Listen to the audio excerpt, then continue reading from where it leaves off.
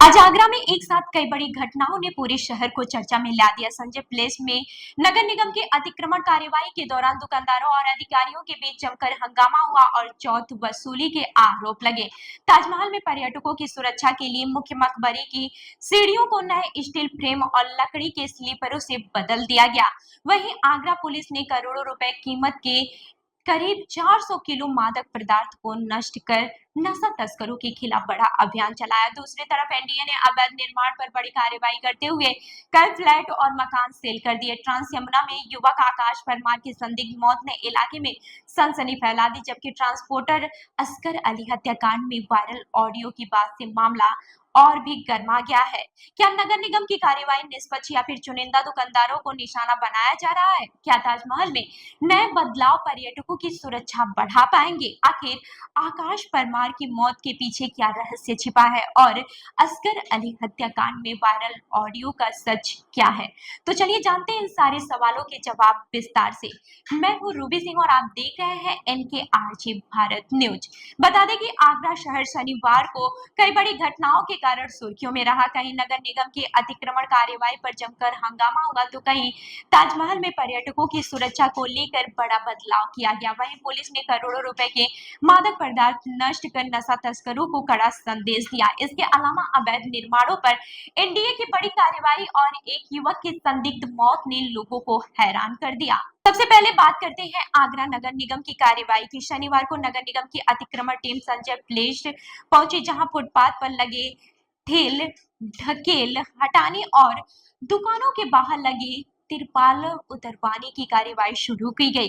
Team जैसे ही मौके पर पहुंची, दुकानदार भड़क गए और माहौल तनावपूर्ण हो गया। दुकानदारों का कहना था कि उनकी दुकानें एनडीए से अलर्ट हैं और वे वर्षों से यहां कारोबार कर रहे हैं।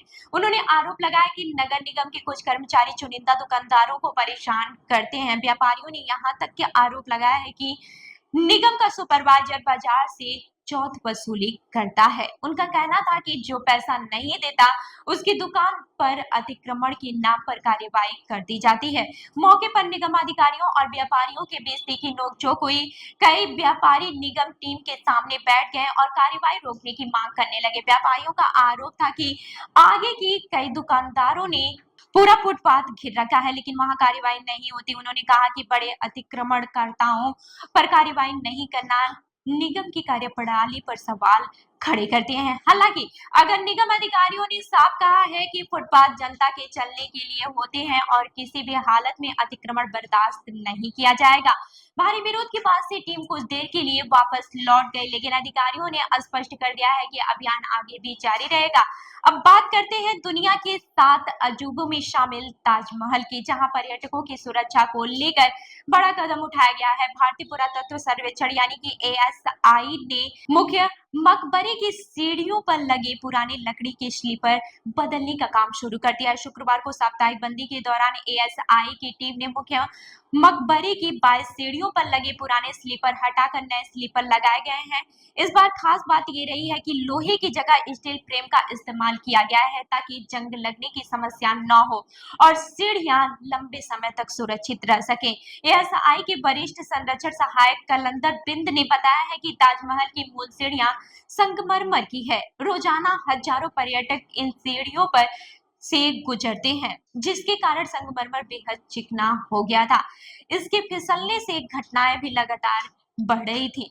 वहीं इसी समस्या को देखते हुए वर्ष 2012 में यूनेस्को की सलाह पर लकड़ी के स्लीपर लगाए गए थे। करीब 14 साल बाद ये स्लीपर घिस चुके थे और कई जगह उनका फ्रेम भी कमजोर हो गया था। पर्यटकों की शिकायतों के बाद से ASI ने अब नए सिरे से बदलाव करने का फैसला लिया है। इस बार साल की लकड़ी का इस्तेमाल किया गया है, जिसे थोड़ा खुरदुरा रखा गया है ताकि पर्यटकों को बेहतर पकड़ मिल सके।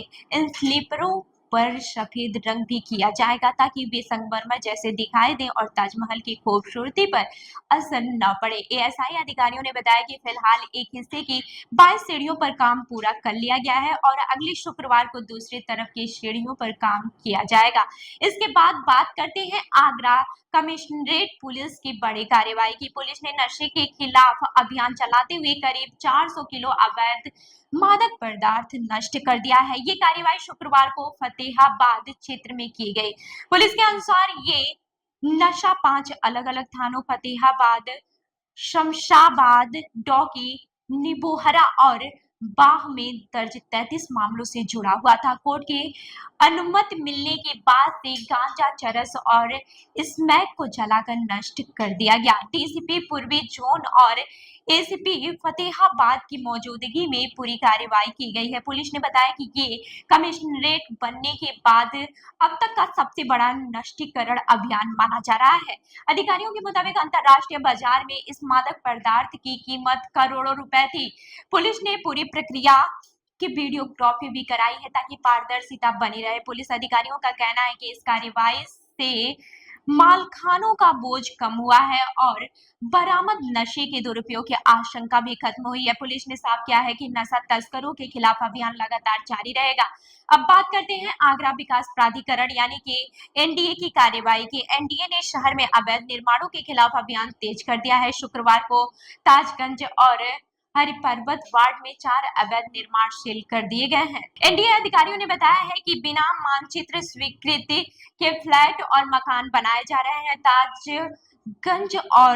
ताजगंज क्षेत्र में इटौरा मार्ग और रोहता नगर इलाके में चल रहे निर्माणों को सील किया गया है। वहीं हरिपर्वत क्षेत्र में दयाल बाग और नगला धनी इलाके में भी अवैध निर्माणों पर कार्रवाई हुई है। एनडीए का कहना है कि उत्तर प्रदेश नगर योजना एवं विकास अधिनियम 1973 के तहत ये कार्रवाई की गई है। अधिकारियों ने स्पष्ट कहा है कि बिना स्वीकृत नक्शे के निर्माण किसी भी हालत में नहीं होने दिया जाएगा।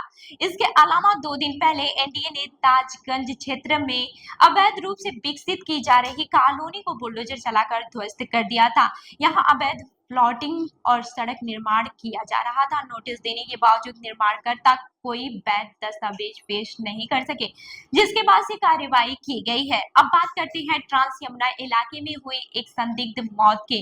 थाना ट्रांस यमुना क्षेत्र में 24 वर्षीय आकाश परमार का शव घर के बाहर मिलने से सनसनी फैल गई। आकाश परमार एक निजी अस्पताल में कंपाउंडर के रूप में काम करता था। परिजनों के अनुसार शुक्रवार रात करीब 11:30 बजे उसे दोस्तों के साथ ऑटो में जाते देखा गया था। सैटरडे सुबह उसका शव घर के बाहर मिला। परिवार वालों ने बताया कि मृतक के हाथ में इंस्टा कैप लगी हुई थी, जिससे मामला और भी संदिग्ध हो गया है। वहीं मृतक की बुलेट बाइक भी गायब बताई जा रही है। परिजनों ने आरोप लगाया है कि आकाश को आखिरी बार बिट्टू नामक ऑटो चालक और उसके दोस्तों के साथ देखा गया था। पुलिस अब सीसीटीवी फुटेज खंगाल रही है और हर एंगल से मामले की जांच कर रही है। शव को पोस्टमार्टम के लिए भेज दिया गया है और पुलिस का कहना है कि रिपोर्ट आने के बाद ही मौत की असली वजह साफ हो सकेगी। अब बात करते हैं शाहगंज के चर्चित ट्रांसपोर्टर असगर अली हत्याकांड मामले की। इस केस में नया मोड़ तब आया है जब मुख्य आरोपी रवि यादव की पत्नी ने 3 ऑडियो रिकॉर्डिंग वायरल कर दी है। दावा किया जा रहा है कि इन ऑडियो में आरोपी रवि यादव और नगर निगम के पशु कल्याण अधिकारी अजय कुमार की बातचीत है।